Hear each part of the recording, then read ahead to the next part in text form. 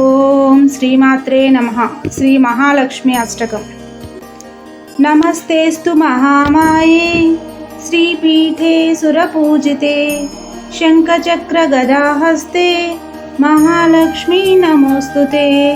నమస్తే గరుడారూఢే డోలాసురభయంకరీ సర్వపాపహరే దేవి మహాలక్ష్మీ నమోస్తుతే.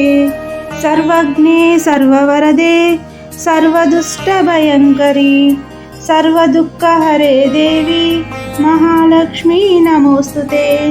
సిద్ధిబుద్ధిప్రదే దేవి భుక్తిముక్తిప్రదాయిని మంత్రమూర్తే సదా దేవి మహాలక్ష్మీ నమోస్తుతే.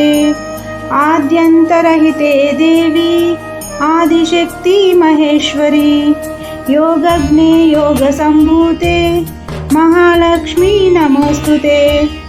స్థూల సూక్ష్మే మహారౌద్రే మహాశక్తి మహాదరే మహాపాపహరే దేవి మహాలక్ష్మీ నమోస్తుతే.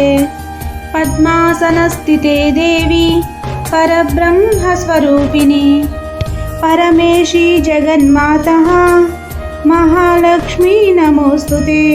శ్వేతాంబరధరే దేవి నానాలంకారభూషితే జగత్సితే జగన్మాతః మహాలక్ష్మీ నమోస్తుతే.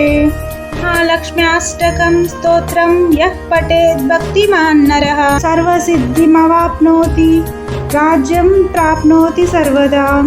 ఏకకాలే పఠే నిత్యం మహాపాప వినాశనం ద్వికాలః యః పఠే నిత్యం ధనధాన్య సమన్వితః త్రికాలం యః పఠే నిత్యం మహాశత్రు వినాశనం. మహాలక్ష్మీర్భవే నిత్యం ప్రసన్నా వరదా శుభా.